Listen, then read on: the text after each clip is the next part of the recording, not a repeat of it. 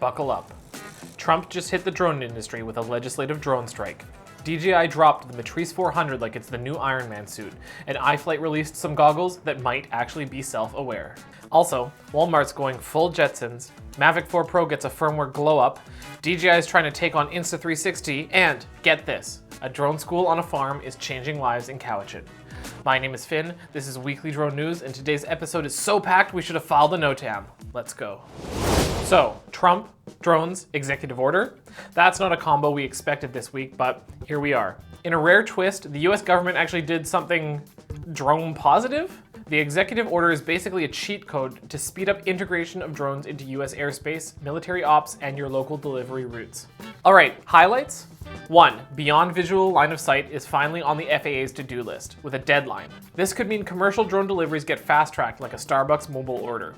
The FAA will start using AI to approve waivers, so Skynet is now your bureaucratic middle manager. There's a pilot program for eVTOLs, that's electric flying taxis if you're new here, so you might be Ubering to work by air someday. Agencies have to buy American drones, meaning DJI's got one less invite to the Pentagon pizza party. And yes, the military's getting drones too, because nothing says defense readiness like a squadron of Skydios doing recon at Fort wherever.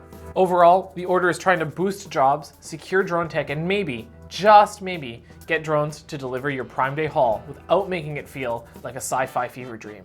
If you're looking for a deep dive into this executive order, Greg over at Pilot Institute has an excellent summary he just posted last week. You can check it out here. DJI just unveiled the Matrice 400 and it's big, like brings its own batteries to the party big. This industrial beast is a major upgrade from the Matrice M350 RTK. What does it have? Onboard LiDAR. It can see wires in real time. A huge battery, 977 watt hours, a 6 kilogram payload capacity, 59 minutes of flight time, new SDR comms module, and 4 ePort V2s, meaning it can juggle 7 payloads like it's auditioning for Cirque du Soleil. It's compatible with DJI's own gear and some third-party toys, including Zenmuse sensors and the Manifold 3. What does this mean? If you're mapping, inspecting, or just trying to flex on LinkedIn, this drone is your new flex. Want to go deeper into LiDAR or inspections? We've got podcast episodes that break it all down. Hit the links, or don't. I'm not your dad. Speaking of dads, Ian will probably have a deep dive summary into the DJI Enterprise and Matrice series from the 100 to the 400 for you in the near future. So get subscribed and be the first to know when that comes out. I'm pretty sure we know what Ian's gonna say about these drones if you buy him one for Father's Day. Okay, iFlight just dropped some new FPV goggles. They're called the Skyviz, and they look like something Chappie would wear while watching Blade Runner. These things are sleek, compact, and come with built-in analog fusion receivers, foldable antenna, and dual micro OLED displays that refresh at 100 Hz. Your eyes are gonna thank you. They've even got a bracket for HD receiver modules, so yes, you can mod them like it's a gaming PC. The price tag, $479 US. So yeah, it looks like we're gunning for the DJI Goggles 3. Let the goggle wars truly begin. All right, quick pit stop. This episode is brought to you by us, Coastal Drone Co. If you're thinking about flying a new drone this summer and haven't got your license yet, risky move. Don't be that guy on TikTok getting escorted off the beach by the RCMP. At Coastal Drone, we've trained almost 20,000 drone pilots all across Canada and the United States. Basic, Advanced, Part 107, and now our Level 1 Complex certificate is on deck too. Online or in person, chill vibes, and real results. Check out the links below or visit coastaldrone.co. Fly smarter, not scared. Before we get back into the news cycle, we want to take a moment to recognize the passing of a truly legendary Canadian, Marc Garneau. Most people know him as Canada's first astronaut. This guy literally left the Earth multiple times. But for us in the drone community, he's also remembered as the Minister of Transportation who helped bring in Canada's first comprehensive drone regulations in 2019. So whether you agreed with every line of the law or not, Garneau's leadership was key in shaping the legal foundation that has let drones grow from a weekend hobby into a national industry. He was one of the first public figures to really get it, to see that drones weren't just toys or threats, but tools for innovation, safety, and exploration. So here's to Marc Garneau, a pioneer in space and a key player here on the ground. Rest in peace, Monsieur Garneau, and thank you. Walmart and Wing, aka Google's drone delivery division, just announced the biggest drone delivery expansion in the world. 100 stores, 5 cities, and states include Florida, Georgia, and North Carolina. It's like DoorDash, but for people who want their Oreos delivered by drone in 20 minutes or less. The drones are going to cruise at 150 feet, drop stuff from tethers, and can carry anything under 5 pounds. Think bananas, Band-Aids, and probably too much Axe body spray. If you live near Orlando, Houston, or Charlotte, the future is now, and it wants you to order more frozen pizza. Do we have a podcast out on this?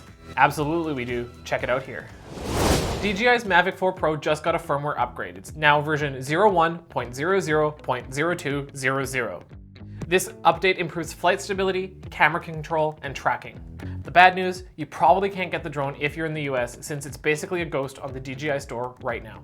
The good news though, the firmware files are real chunky, over 2 gigabytes combined, which means that it isn't just a bug fix. This is more like a full-on upgrade DLC. If you've got your hands on the Mavic 4 Pro, get updating. If not, well, maybe it's time to ask your buddy in Europe for a favor. The leaks are in, and DJI is dropping not 1, but 2 new cameras next month, the Osmo 360 and the Osmo Nano. The Osmo 360 launches July 15th. Earlier footage suggests that it might actually go toe-to-toe with Insta360's X5. That's like DJI saying, hey Insta, hold my gimbal. The Osmo Nano lands July 23rd. It's basically Action 2's glow-up. Modular, compact, and, hopefully, not an overheating mess. FPV pilots, this one's for you. Wearable, lightweight, and possibly the new king of the tiny cam hill. Go 3S, watch your back. All right, wholesome moment incoming. Providence Farm in North Cowichan is teaching folks with learning disabilities how to fly drones. No punchline, this is just awesome. Run by Adrian Fletcher, a drone pilot, business owner, and absolute legend, this program mixes hands-on training with community therapy. They're already at level 3, learning Canadian drone regulations, flight coordination, and safety. Next up, aerial photography and roof inspections. They're even producing bi-weekly drone shot newscasts. So yeah, future drone journalists in the making. This is the kind of story that makes you feel like drones might actually save the world. All right, that's it for this week's episode of Weekly Drone News. This Sunday, we're dropping a spicy video on drone myths. Think, drones are spying on me, and you need to be a NASA engineer to fly one. Spoiler alert, you don't. Also, go watch last week's video on the 8 secret drone chips the pros are gatekeeping. So, you know what to do. Like, subscribe, and aggressively mash that bell icon, and we'll catch you on the next episode of the Weekly Drone News. Fly safe, fly smart, and maybe don't start a drone war with your neighbor. Finn out.